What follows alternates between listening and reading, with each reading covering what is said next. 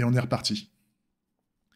On est reparti, donc par rapport à ce que je disais, donc juste avant, on a terminé la logique métier et maintenant on va s'occuper de de terminer le lien entre la business logique et l'interface graphique, et le code de l'interface graphique. Pour ceux qui sont sur le... pour ceux qui viennent de rejoindre ce type de vidéo, et pour ceux qui sont sur le stream, l'interface graphique est développée avec la librairie Svelte. Donc, c'est pas du React, c'est pas de l'Angular, c'est pas Vue, c'est Svelte. C'est quelque chose qui est assez récent et il y a du bon, il y a du moins bon, on va dire, avec cette librairie. Mais ça fait le café. Ça fait le café, on va voir ça. On va voir ça. Donc là, je démarre l'environnement de développement. L'interface graphique, je me la mets... Ah oui, comment je faisais quand je développais l'interface graphique? Ouais, je faisais ça avec vous, en fait. Je réduisais ça, je le mettais de côté, ici, pour que vous puissiez voir le site. Tac, là, normalement, vous voyez bien. C'est en dessous de ma gueule, donc ça va pas vous gêner. Alors, par contre, ouais, je vois plus le chat. Ah là, c'est bon. Là, je vois le chat. On va se débrouiller. Et là, je mets le code à côté, que je réduis un chouïa. Et qui me permet normalement de bosser proprement. C'est pas mal.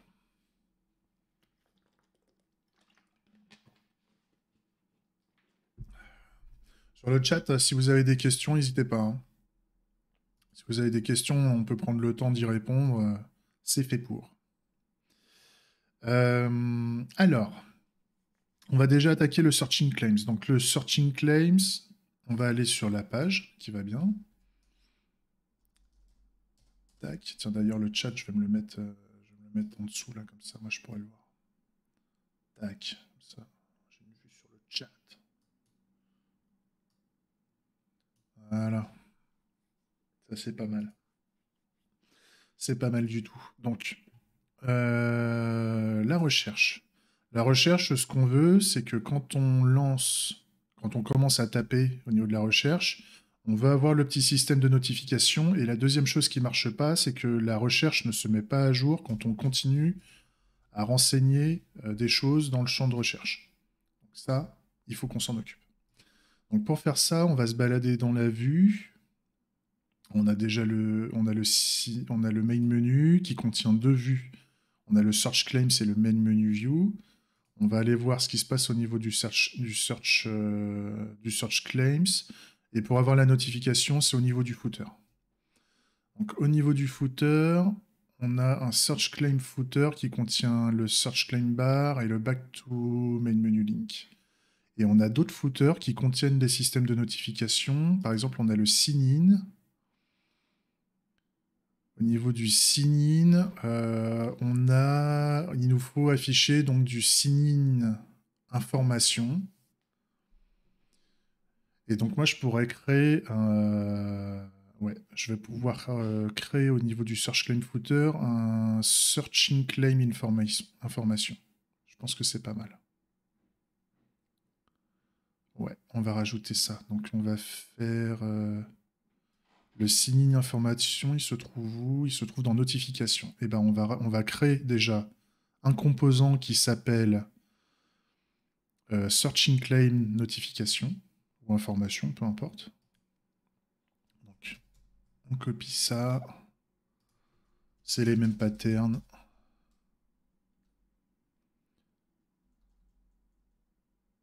Tac. Searching claims information. Et donc nous, on a un système de tâches générique et il faut juste brancher le store qui va bien dessus. Donc nous, on veut pas le sign-in notification store. Ça nous intéresse pas.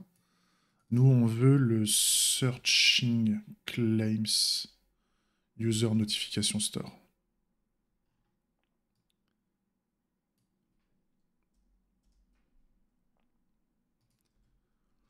Et donc là, si je prends ce composant et que je le mets au niveau du search claims footer, si je le mets juste à côté, normalement...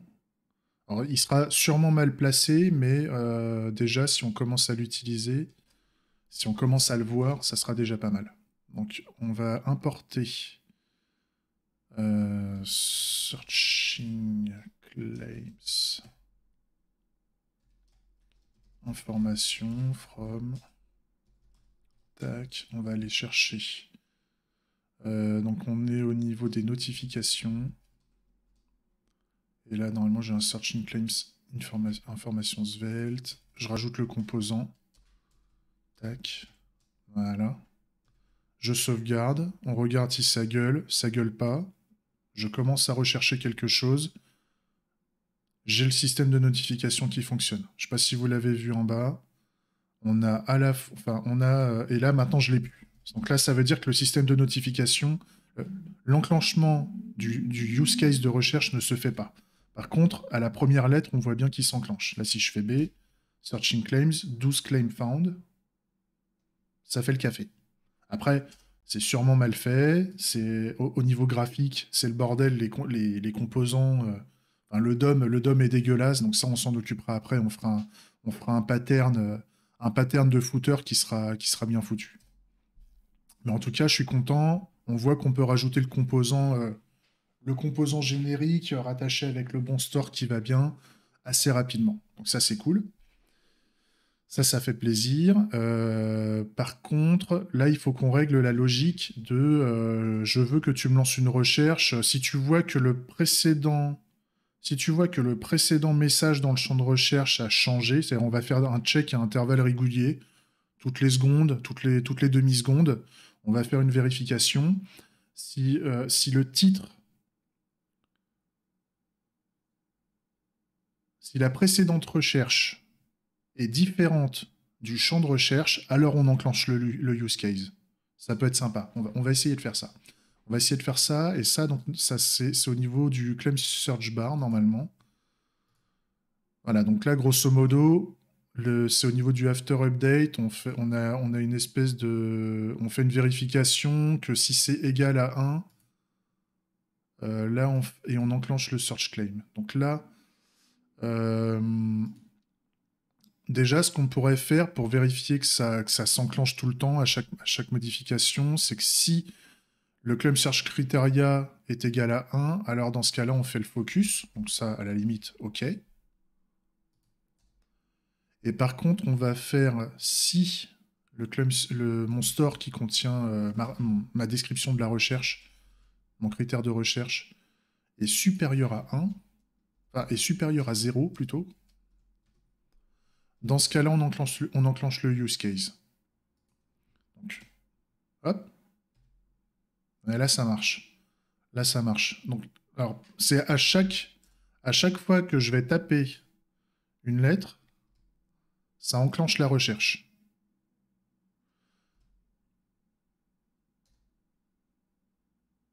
Ça, c'est pas mal. En tout cas, ça marche mieux qu'avant. Par contre, ça fout le bordel là quand je commence, quand je tape plein de fois, ça fait plein de fois ça enclenche à chaque ajout de lettre, ça va. Salut Meomaki. À chaque fois que je tape une lettre, ça enclenche le use case. Je trouve que c'est un peu trop vénère parce qu'il suffit qu'il y ait un mec qui s'énerve sur le champ de recherche et ça va enclencher plein de fois des appels API en mode gros port. Donc ça me plaît pas. Donc ce que j'aimerais faire, c'est on va créer ici. Donc, le after update, c'est quand on met à jour le DOM en fait. Ça s'enclenche à chaque fois. Cette fonction s'enclenche à chaque fois qu'on rafraîchit le DOM. Grosso modo, c'est une fonction qui fait partie de Svelte. À chaque fois qu'il détecte qu'il y a une modification dans le DOM, au niveau du composant, il enclenche il enclenche la fonction en fait. Il enclenche le payload qui se trouve à l'intérieur, si j'ai bien compris. Donc, grosso modo, là, nous, ce qu'on veut, c'est qu'on va créer, on va faire un... Ici, on va faire un let previous search criteria. Voilà. On l'instancie à nul, enfin à vide, grosso modo. Et donc, nous, ce qu'on veut, c'est... on va utiliser le previous search criteria. Je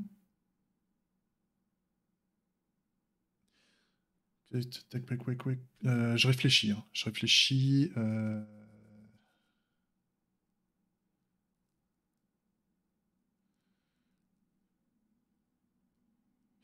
Je réfléchis pour que ça soit sympa. À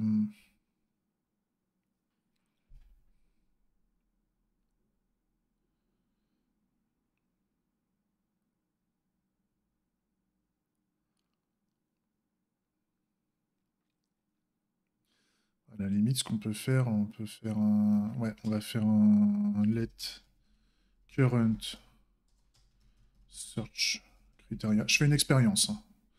Je fais une expérience. Current search criteria, il est à vide. Même il est égal à previous search criteria pour commencer.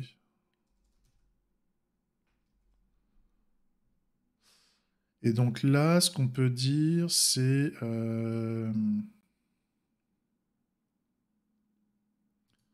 ça, je ne le veux plus. Ça, je ne le veux plus. On ne veut plus utiliser ça en tout cas. On va faire donc...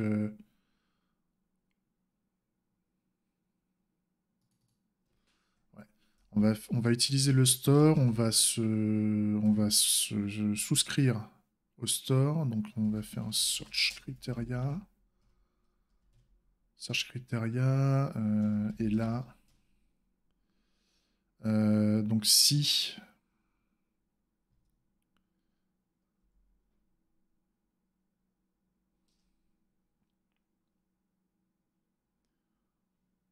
Si mon current search criteria, si search criteria,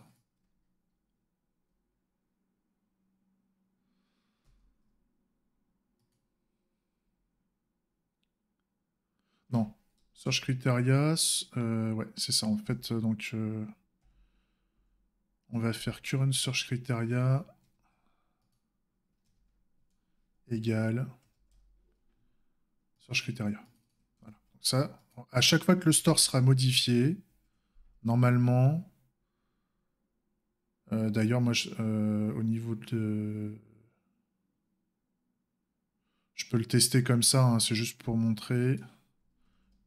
Alors vous allez peut-être pas le voir vite fait parce que vous voyez pas la console sur le côté, mais je vais mettre un console log ici juste pour vérifier que ça fasse le café quand je commence à taper là. Qu'on fasse pas des conneries. Je veux vérifier le contenu de current search criteria à chaque fois que je tape une lettre. Là, c'est bon. D. Ouais, c'est bon. Je décale sur le côté, mais ça se met bien à jour. Hein. Ça se met bien à jour, c'est OK. Donc grosso modo, ma variable se met à jour à chaque fois. Et quand j'ai plus rien, je reviens sur la page d'accueil. Très bien. La logique que j'avais mis là-dedans, grosso modo, c'est que je veux que quand je commence à avoir une lettre, c'est que ça lance la recherche et que je commence à avoir le panneau de recherche qui s'enclenche. Donc c'est pour ça que c'est au niveau...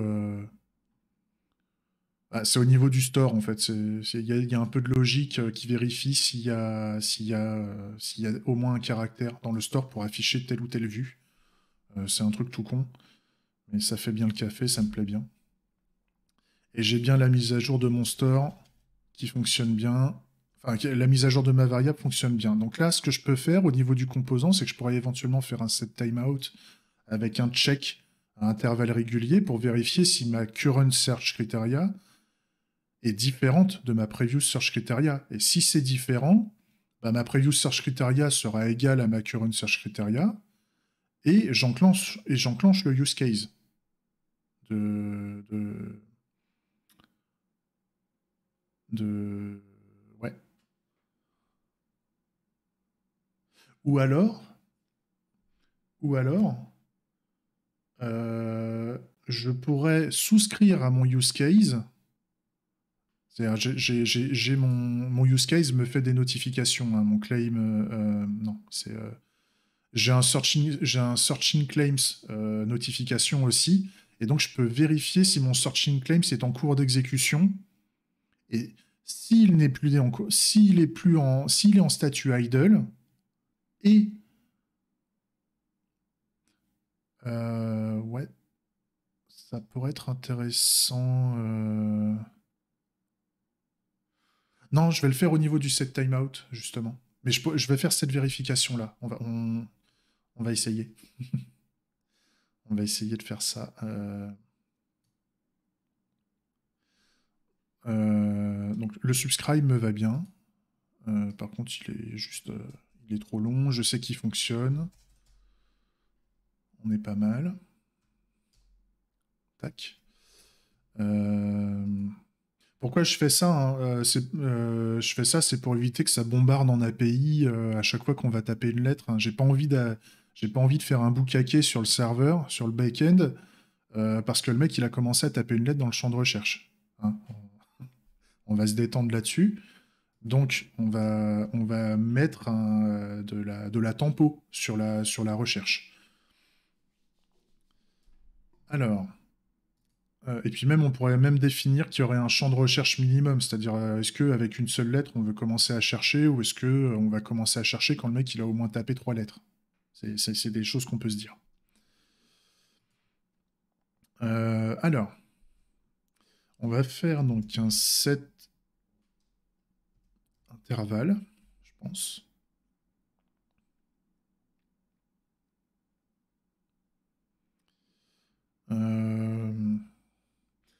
Pourquoi ne pas avoir un tableau de résultats et stopper les appels à l'API si la longueur de ton tableau est à 0?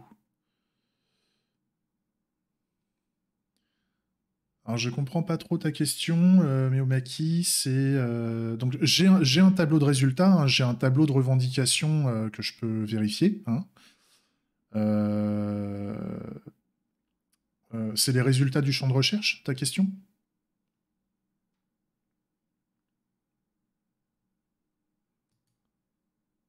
Je te laisse me répondre, hein. Moi je continue en attendant, mais je surveille, hein.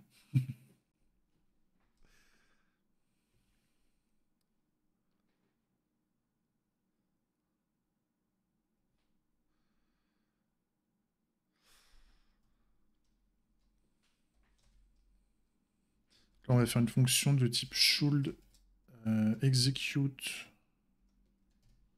search. Bon. Donc là, en fait, je fais juste une petite fonction, je fais juste une petite, je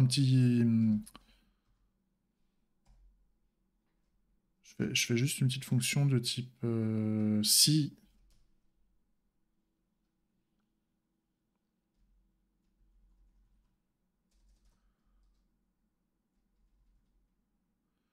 Et dans ce cas-là, ce que je peux faire, c'est que je fais searching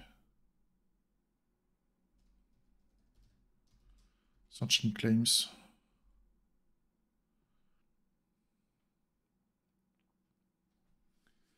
Alors pour éviter de faire trop d'appels, si les résultats sont à 0, taper plus de caractères ne changera rien.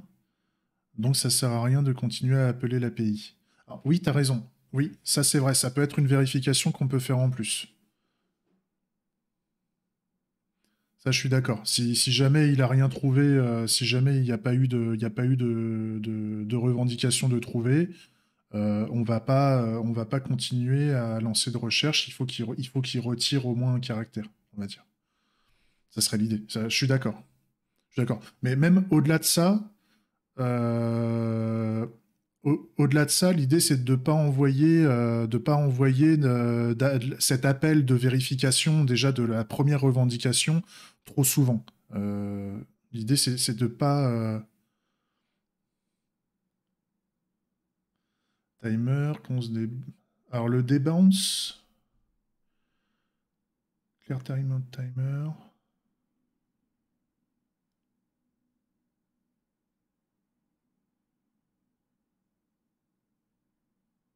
Alors je connais pas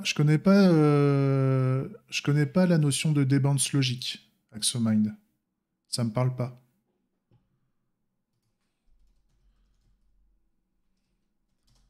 Ça me parle pas du tout.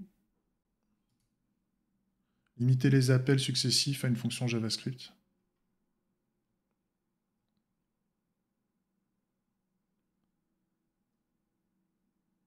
Ouais, bah, je comprends l'état d'esprit hein, de ce que tu veux me faire, mais c'est le comportement précis que je ne m'image pas. J'entends bien que l'idée, c'est de jouer avec un time-out et grosso modo que le time-out ne s'enclenche que si la valeur change, je pense, plutôt que de faire un set intervalle qui va checker à intervalles réguliers, ce genre de choses. Ça serait, si je comprends, ça serait un peu l'idée.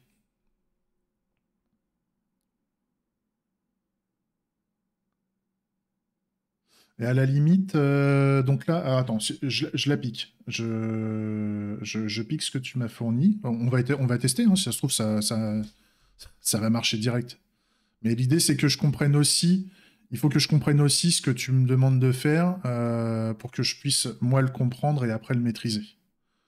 C'est un peu l'idée. Donc là, donc là, on a la fonction debounce qui demande. Donc ça, c'est la valeur, hein, c'est ça? C'est la valeur. Donc, grosso modo, ça serait le timer, c'est du nombre.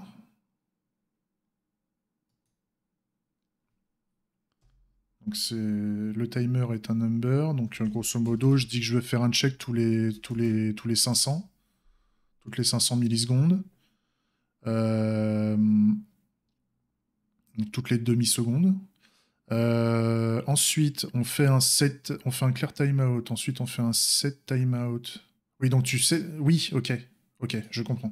Non, non, c'est bon. Je dis des conneries. Je dis des conneries. Donc en fait, là, le timeout, il est ici. Il est à 750. Et là, le timer, en fait, c'est le timeout que tu clears ici. Ça, c'est OK. Ouais, c'est ça. C'est l'ID du timeout. C'est ça. Mais il faut juste au niveau TypeScript. Vu que je suis en TypeScript, en fait, il faut que je force le typage, en fait, pour que ça marche.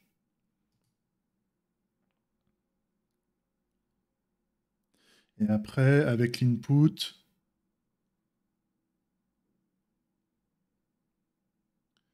ouais, ça, il faut que je vérifie.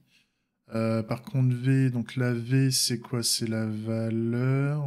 Ouais, donc là, en fait, il faudrait que. Donc là, c'est la current value. Ça serait. Ouais. Current value. Tac. Ouais, ça faut... Quand je mets le typage, je suis obligé de mettre entre parenthèses.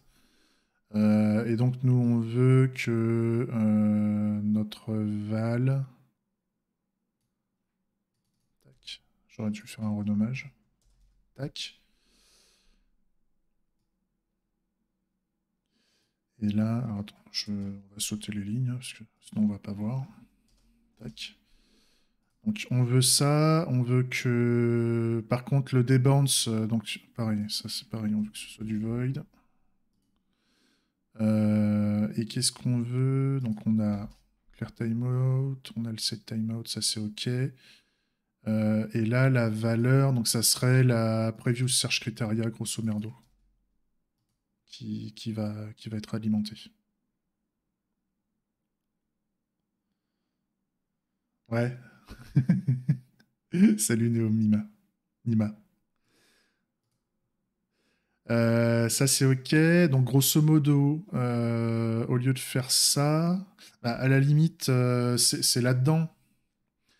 Parce que grosso modo, c'est si. En fait, là, c'est là-dedans que je vais faire la vérification. Donc là, en fait, après, je ferai une extraction. Donc on aurait. euh,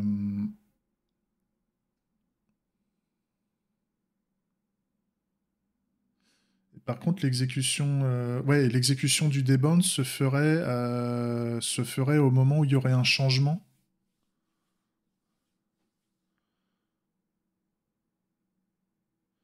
L'exécution du debound se ferait au moment où on aurait un changement dans la valeur. Ouais. Après, j'ai pas le cas. Alors, je n'ai pas dans ce composant Svelte. L'idée, c'est que je fais un découplage entre le DOM, ce qui se passe dans le DOM, et ce qui se passe au niveau des composants. Et en fait, là, au niveau de mon claim search bar, Là, j'ai ma search bar, elle est ici, en fait. Et donc, parce que en fait, quand je fais un bind de la value, et grosso modo, là, je mets à jour mon store. Mon store, c'est comme c'est un publisher et un subscriber, et grosso modo, là, il publie dans le store la valeur de la tâche. Donc en fait, c'est au changement, et donc ça veut dire que là, si j'ai mon claim search store ici, là, j'ai mon subscribe ici. Donc à la limite, ce que je peux faire, c'est qu'au niveau de mon subscribe, là, je pourrais exécuter le debounce, en fait. Je fais un debounce directement, et je fournis, en fait, mon search criteria dans le debounce, si je dis pas de conneries. Ce qui fait que là, le set interval, on s'en fout. La valeur, on s'en fout. Le timer, éventuellement. Le timer, on n'est pas obligé. On n'est pas obligé de le définir ici, en fait. Le timer, je peux le définir un chouïa plus haut. Je peux le mettre là. Je pense. Faudrait qu'on teste. Mais là, ouais, là, il y a un pépin.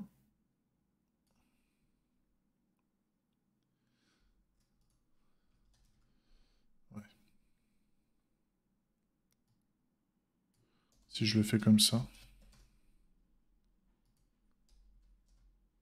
Si je le fais comme ça plutôt. On va tester, hein, on n'est pas à l'abri de faire de la merde. Ouais, c'est ça, c'est ce que je vois, ouais. C'est ce que je vois. Je peux cancel. Je peux cancel l'événement. C'est exactement ça. Après, je mettrai au propre ce truc-là. Dans l'idée aussi, donc. Alors, ce que je veux vérifier ici, c'est grosso modo si current value. Hop, pardon. J'ai oublié de mettre le téléphone en. Désolé pour les oreilles si vous aviez entendu la sonnerie. Tac. Donc, si current value n'est pas égal à previous search, previous search, pardon, previous search criteria. Là, au lieu de current value, je vais mettre current search criteria. Search criteria. Ensuite, donc si c'est pas égal, et ben nous ce qu'on peut faire en fait, c'est on va faire deux choses. On va dire que previous search criteria est égal à current search criteria. Et on va en même temps faire le searching claims. On va exécuter le use case de recherche. Et puis on peut mettre previous search criteria en fait, directement.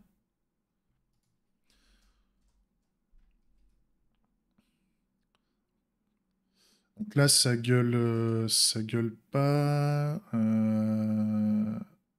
Alors oui, là ça gueule parce que ma fonction debounce est utilisée avant mon subscribe. Voilà. Donc là ça marche pas. Là on voit que ça marche pas. Il n'y a pas, il n'y a pas l'exécution, il y a pas l'exécution de la recherche et j'ai pas la notification, donc le use case n'est pas lancé. Donc on va vérifier ça. On va vérifier ce qui se passe. Donc déjà, on va vérifier qu'on rentre bien dans debounce à chaque fois qu'on a une modification du store. Donc on va juste faire, pareil, on va céder du log. Je fais pas de test ici parce on est vraiment dans le framework UI et je connais pas les frameworks de test adaptés à Svelte. Donc là, forcément, je mets du logging, etc., etc. Donc on va vérifier qu'on rentre dans debounce. À chaque fois. Donc là, il est lancé même deux fois. À chaque fois. Il est lancé deux fois parce que il doit y avoir un. Il doit y avoir au niveau du subscribe, ça doit mettre à jour deux fois. Faut voir pourquoi.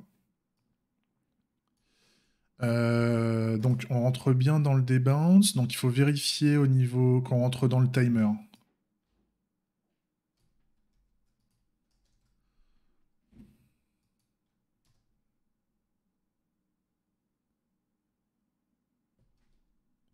On va vérifier qu'on rentre dans le timeout.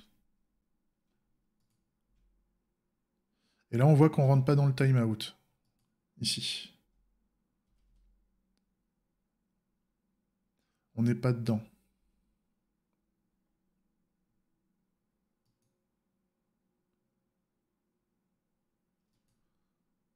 Donc ce qui est bizarre, c'est qu'on a...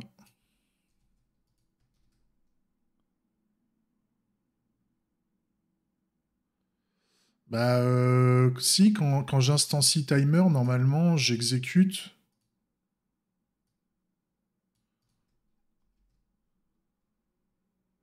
Le fait d'instancier... Ah oui, bah oui. Ah oui, je set le timer et je le dégomme juste après. Donc forcément, le truc il se défonce en fait. Donc à la limite, c'est à la fin. C'est à la fin, c'est quand il est...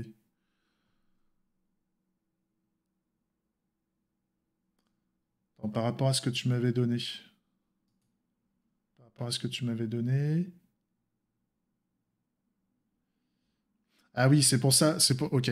C'est pour ça qu'on a le timer qui est en dehors en fait. Attends, on va essayer. On va essayer, on va le mettre ici. Et en fait, on a le clear timeout pour dire qu'on annule le dernier, pour qu'on puisse exécuter.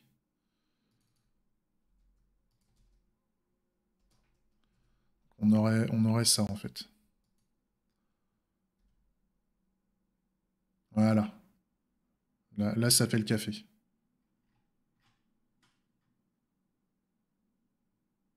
Non, mais il n'y a pas de, y a pas de souci, hein. Pas de souci, les gars. Puis moi aussi, hein,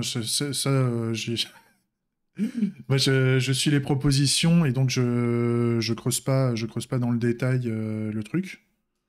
Donc, dans l'idée, ce qu'on veut, c'est que ça ne réexécute pas. Donc, alors, quand ça exécute le use case, je vais le mettre juste avant. Je vais le mettre juste ici. En fait, je veux vérifier le nombre de fois où ça écrit. C'est-à-dire que là, par exemple, je vais mettre une attente à 2 secondes, par exemple.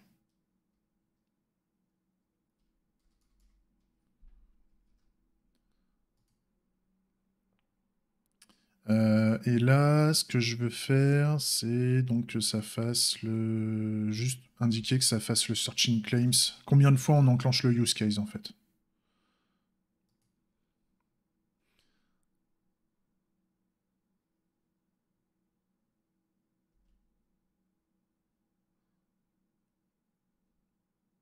Alors ouais, par contre, le set timeout, ça, c'est pas forcément ça, parce que là, ça va exécuter dans 2 secondes. Oui, oui, je suis con, c'est qu'on met une tempo quand même quand le mec, c'est-à-dire qu'on va en... Ouais, attends, on va y arriver, on va y arriver. Parce que c'est exactement ce que je veux faire. Donc, je commence à taper un truc, il se passe rien, et là, on enclenche la recherche au bout de 750 millisecondes. Et si je tape 3 fois, rapidement, 1, 2, 3, là, ça l'a enclenché. Mais par contre, ça a enclenché plein de fois Searching Claims.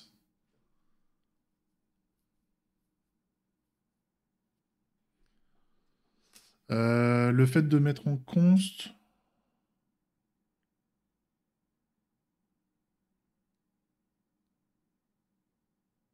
Je vois pas ce que tu veux, Néomimage. Le timeout, tu veux que je le mette dans une constante?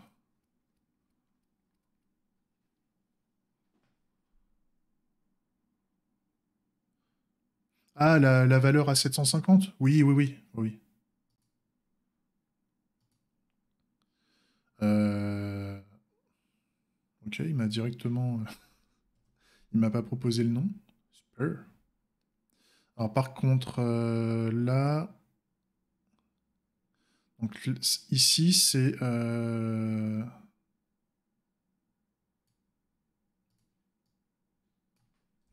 pareil, là.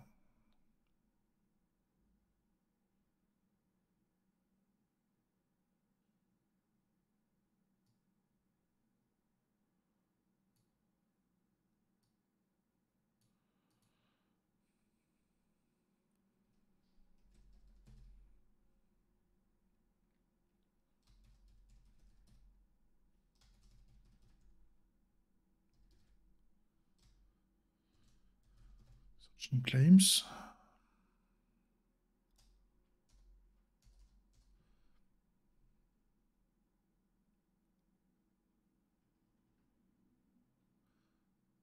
Ah, ça c'est chiant. Ça c'est le préprocesseur Svelte qui fout un bordel.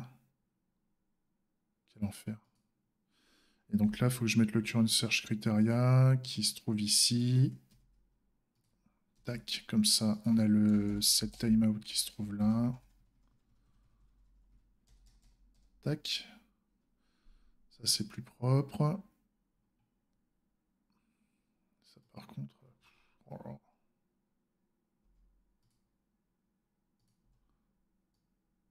Tac. On est bon. Ça c'est ok. Ça c'est ok.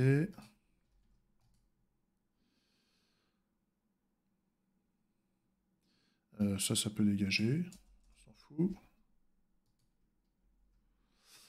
Vu que ça éventuellement on peut mettre. Ouais, donc ça c'est le timeout. Donc c'est le.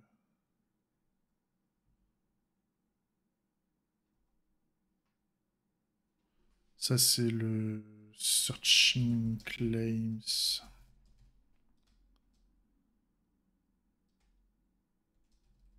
Wait. Before.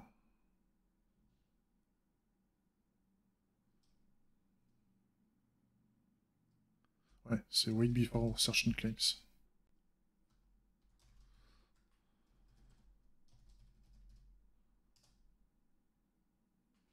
Ça me va bien.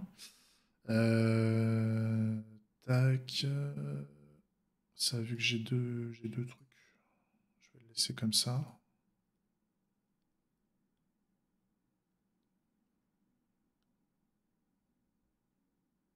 Ouais, on est bien. On est bien. Donc, je sauvegarde, on vérifie que le comportement va bien. 1, 2, 3. Ça exécute, ça recherche. 1, 2, 3. Hop. J'écris vite. Ça lance la recherche au bout de 750 millisecondes. Je vire tout. Ça re-recherche. Je retire 1. Ça re-recherche. Par exemple, si je vais écrire 4. 4 très vite. Hop. Ça exécute, ça en trouve 2. Super. Kata, ça trouve pas. Hop. Katata. Ouais, super. Ça fait le comportement que je veux bien. Je vais juste augmenter le timeout. Je vais le mettre à 1 seconde. Je pense qu'une seconde, c'est pas mal. Dès c'est que le mec qui commence à taper, par exemple, si je tape resto, voilà, ça commence à chercher le temps qu'on tape un petit mot, en fait, dans l'idée. Euh, ce qui serait intéressant, c'est. Il faudrait idéalement. En fait, je vais rajouter une condition ici. Je veux pas lancer la recherche. J'ai pas envie de lancer une recherche pendant. Ouais, ça risque d'être la merde. Ça risque d'être la merde. Je me dis. Mon loader n'est pas très visible. Qu'est-ce que tu veux dire par là?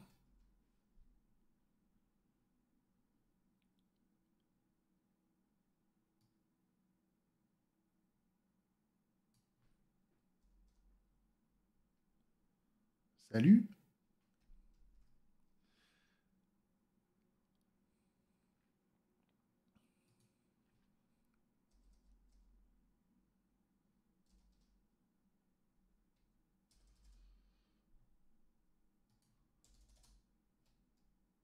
Ça fait de la merde.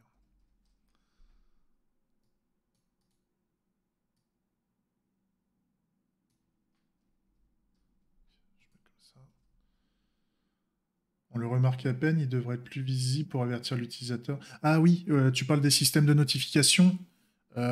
C'est prévu aussi que je fasse des modifications là-dessus. En fait, j'utilise toutes les notifications utilisent à peu près le même pattern visuel et donc elles s'appuient toutes sur le générique task notification qui est fait comme ça. Et donc, grosso modo, on a le texte, le placement. Je suis d'accord avec toi, quand tu commences à taper un truc et que ça cherche, on le voit en bas là.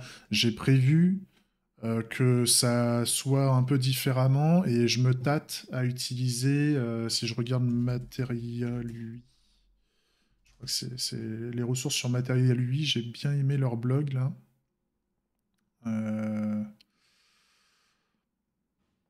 Euh, je crois, hein. Je crois que c'est sur Material UI, mobile menu, je crois.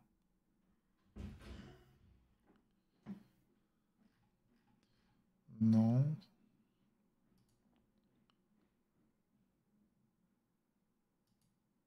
Ah, c'était pas sur Material UI. Material Design, pardon. Je crois que c'est sur Material Design que j'avais vu ça. Je trouvais que c'était intéressant. Il me semble, hein. Je suis en train de chercher vite fait pour voir. Au niveau design, j'avais vu des trucs, j'avais kiffé. Je le retrouve plus là. En fait, c'est sur le site. Je pense que vous le connaissez. C'est sur le site Material Design. En fait, il y a pas mal. Il y a pas mal d'articles en fait sur comment faire des composants sympas et qui soient, on va dire, bien adaptés au niveau ergonomie. Parce que c'est pareil, par exemple, si je prends actuellement, euh, pour rappel, hein, là, le site actuellement, là, vu que je suis en cours de dev, il est en local. Donc vous pouvez pas voir la version actuelle à l'instant T. Par contre, vous pouvez voir l'ancienne version qui est poussée sur la branche master. Il vous suffit d'aller sur cette adresse, ici. Là, ça c'est disponible, hein, tout le monde peut y aller. Et là, en fait, en interface téléphone, par exemple, pour aller sur What is Bangerang, ce petit lien tout en bas, en fait, il est trop proche du bouton. Et les boutons, le champ de recherche et tout ça, ils sont trop collés ensemble. Il y a des normes par rapport au mobile. Il me semble qu'il faut qu'il y ait minimum faut que le bouton fasse un minimum de 1 cm, je crois. Il faut qu'il y ait un espacement d'au moins 1 centimètre entre les boutons, un truc dans ce goût-là. Donc ça c'est pareil. L'idée, c'est je démarre pour le moment, je veux déjà qu'au niveau l'apparition des composants, la dynamique en fait des composants soit OK. Et après, quand je vois que tout ça fonctionne, je vais me faire une belle session où je vais retourner en approche UX et UI pour bien définir chaque composant graphique pour que ce soit pour changer le style en fait, pour adapter le style pour que ce soit à la fois plus sympa à regarder parce que là c'est vrai que ça fait un peu terne, mais le fait que ce soit terne, je trouve que c'est intéressant dans une démarche de neutralité pour revendiquer. En fait, j'ai pas envie de dire si je fais un bouton contre rouge et un bouton pour vert, si la revendication c'est de dire le racisme c'est bien. Le fait que pour soit rouge, que pour soit vert et que contre soit rouge, c'est pas vraiment adapté. Parce qu'il y aura des mecs qui vont pouvoir revendiquer un peu tout ce qu'ils veulent, et on aura à la fois euh, des revendications qui sont intéressantes pour la société, et vraiment pour sera vraiment positif et contre sera vraiment négatif. Mais on aura également des propositions où le contre sera positif, justement. Dire qu'on est contre sera vrai. Mais ça, c'est pas à moi de le dire. Je donne des exemples, mais c'est pas à moi de le dire. C'est vraiment les gens qui vont revendiquer, qui vont indiquer si c'est OK ou pas. Et je suis d'accord avec toi, Noomaki. Moi, enfin, je suis plutôt. Je kiffe pas mal l'approche minimaliste. J'ai vu qu'il y a aussi un pattern là pour 2021, enfin, une espèce de palette, enfin, de style que je trouve assez intéressant et assez sexy, mais il faut avoir un fond. Il faut avoir un petit fond coloré ou avec des images ou des logos. C'est le c'est un aspect où en fait chaque module, ça fait un peu Minority Report, en fait chaque module fait comme un espèce de petit panneau en glace. J'ai plus le nom sur les... c'est un gros boulot, hein, c'est un métier, les tendances. Mais j'avais vu la Trend UI, c'est le glaçomorphisme, je crois qu'ils appellent ça. Ouais, c'est ça. Ça ressemble un peu à ça dans l'idée, en fait, à ce qui paraît, ça devient, ouais, voilà, effet de verre. Ça a une gueule, je trouve ça assez sympa, mais en fait, pour que ça ait de la gueule, il faut mettre un fond qui ne semble pas uni, pour bien montrer qu'en fait, on a un panneau de verre avec un menu correspondant au panneau de verre qui est par-dessus quelque chose. Donc, ça veut dire qu'il va falloir peut-être travailler un arrière-plan, enfin, ou plusieurs arrière-plans en fonction des menus, pour que ça ait de la gueule, en fait. Et grosso modo, un arrière-plan que j'étais en train de réfléchir, mais c'est pareil, il faut prendre du temps pour faire ça, et pour le moment, c'est pas la priorité. Je suis en train de focus les fonctionnalités avant de focus le style et l'ergonomie. C'est de mettre en place une espèce d'icône qui représente la démocratie, et la démocratie, souvent, c'est plusieurs points levés ou plusieurs mains levées de différentes couleurs. En fait, c'est pour montrer qu'en fait, que le pouvoir est au peuple et que le peuple veut donner son avis. Tu vois, quand tu lèves la main, c'est que tu as envie de dire un truc. Et tu fais des mains de plusieurs couleurs pour dire qu'en fait, la démocratie n'a pas de... Tout le monde a le droit à la démocratie. C'est pas que les mains blanches, c'est pas que les mains noires, c'est pas que les mains jaunes, etc., etc. Donc tu fais...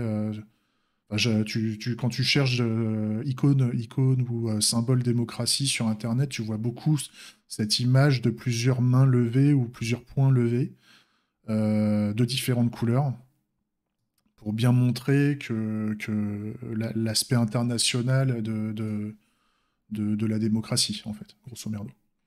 Donc ça peut être peut-être intéressant d'avoir un fond avec une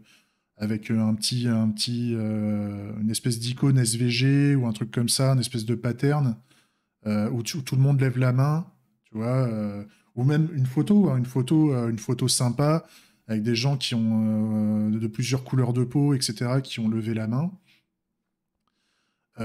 qui sont ensemble, etc., voire même qu'il y a un mec qui lève pas la main, tu vois, juste pour dire, voilà, j'ai le droit d'être contre, tu vois. Et donc, derrière, tu mets des petits panneaux de menu devant. Donc, il faut à la fois...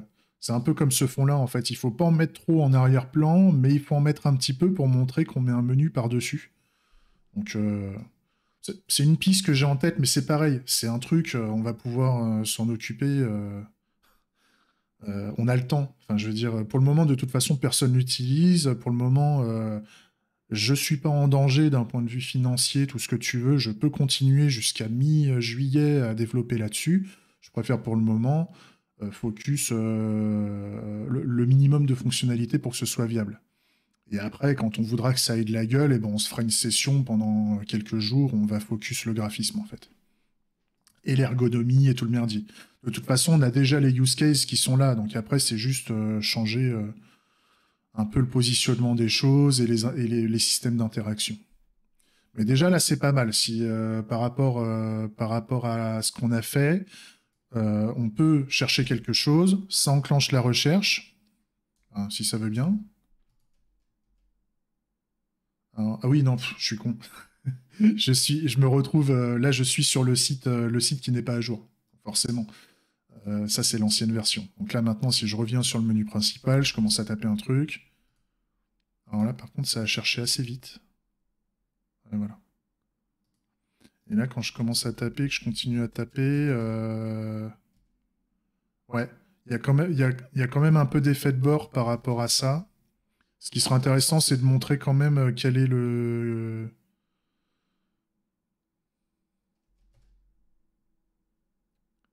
Je veux vérifier quand même qu'on ait bien le comportement et qu'on ait bien le...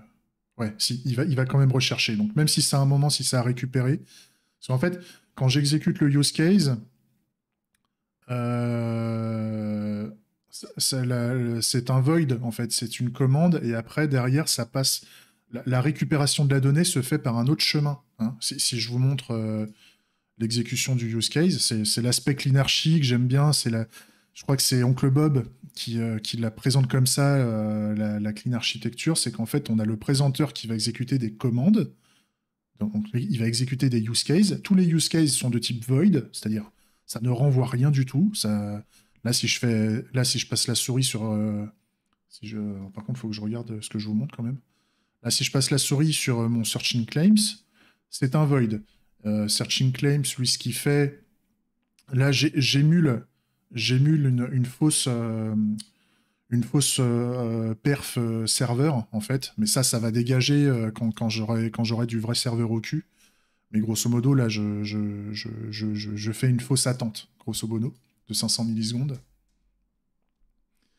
D'ailleurs, je peux retirer ça, là. Mais oui. Mais oui, mais oui. Et donc, grosso modo, je fais au niveau de mon utilisateur. Donc, en fait, ça, c'est mon builder. Mon builder, en fait, me crée un utilisateur. Tout ça, vous l'avez dans la vidéo qui dure 4 heures de la veille. Hein, donc, je ne vais pas le refaire dans le détail.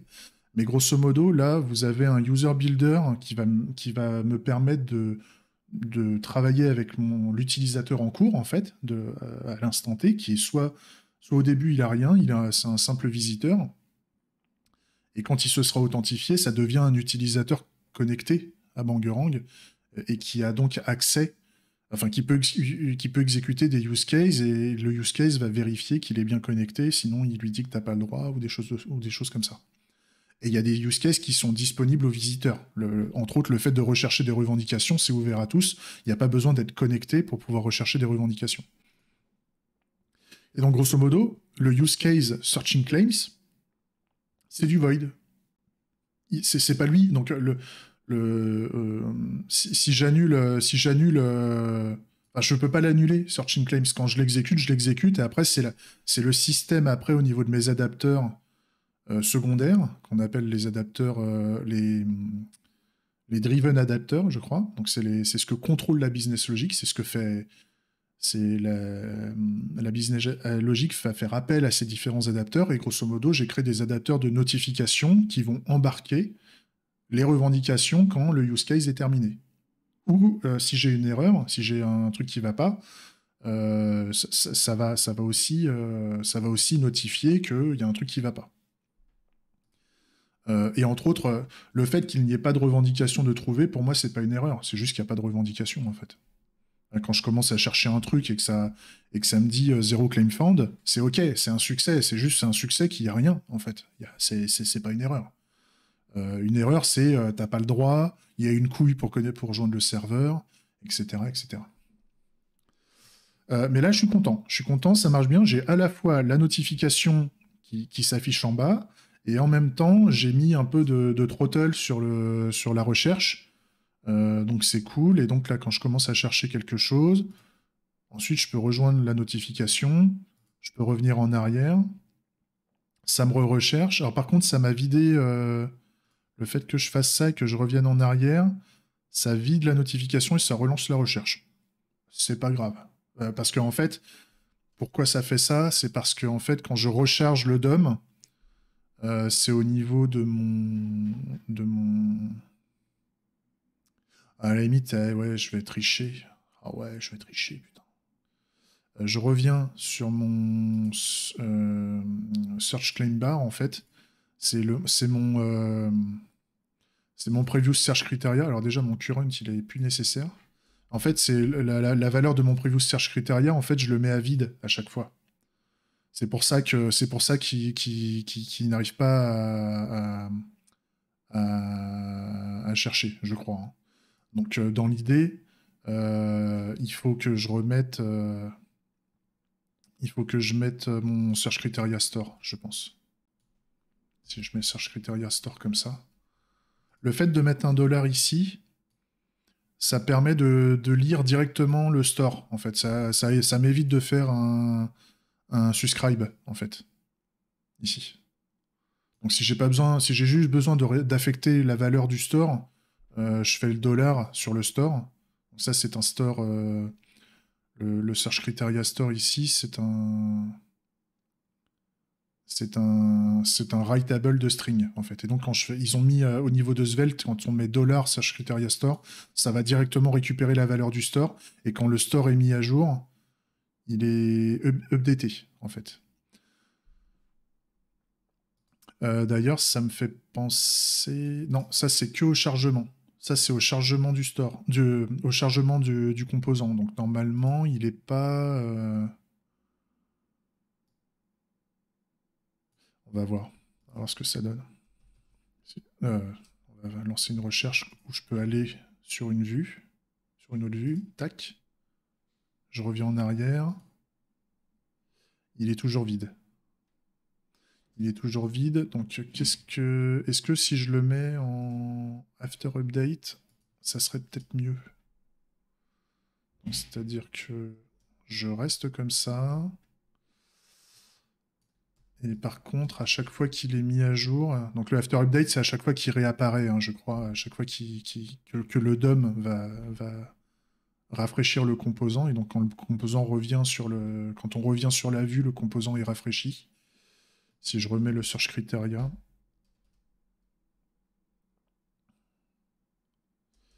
Le claim search criteria store. J'essaye. Hein. Là, ça cherche. Ok. Je vais là. Je reviens en arrière. Non. Là, par contre, ça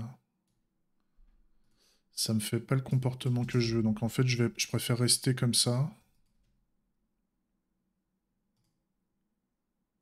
Je reviens en arrière. Ça me relance là. Ouais. Ouais, c'est bien. C'est bien parce qu'à la limite, comme ça, si... Moi, je me vois... le comportement me va plutôt pas mal, en fait, parce que là, je me balade. Je fais des trucs sur une revendication, et en même temps, à côté, il y a un autre mec qui déclare des revendications qui contient le mot-clé de mon champ de recherche. Donc, quand je reviens au menu principal, ça va me relancer une nouvelle recherche. Et donc, s'il y a eu des nouvelles revendications sur ce même sujet, et que ça m'intéresse, au moins, j'ai la nouvelle liste. Donc, c'est pas déconnant. C'est pas déconnant comme comportement. Ok. Là, on est pas mal. Il est quoi là? Il est 11h. Il est 11h. Ça fait combien de temps que la vidéo tourne? Ça va faire 57 minutes. Est-ce qu'on se ferait pas une petite pause? Est-ce qu'on se ferait pas une petite pause des familles là? Parce que là, si je reprends... Parce que là, ça peut être l'heure du petit café du vendredi. Parce que là, le Searching Claims, pour moi, il est OK. À part l'aspect graphique qu'on a parlé tout à l'heure, il est bien. Donc là, on va pouvoir passer sur le Declare Claims, là, qui fout un bordel sur la navigation. C'est toujours l'heure du café, ouais. Alors moi, le problème avec le café, c'est que des fois, je le fais trop serré, et des fois, ça me rend au taquet, mais en mode palpitation, tout le merdier. Il y a une époque, j'ai dû trop abuser du café, maintenant, je dois faire une intolérance. Par contre, j'ai pas ça avec le Calva. Avec le Calva, ça passe nickel. Mais bon, le Calva à 11h du matin, on va se détendre. Même si c'est vendredi, tout ça. Non, par contre, ce soir, par contre, c'est con, j'en ai plus.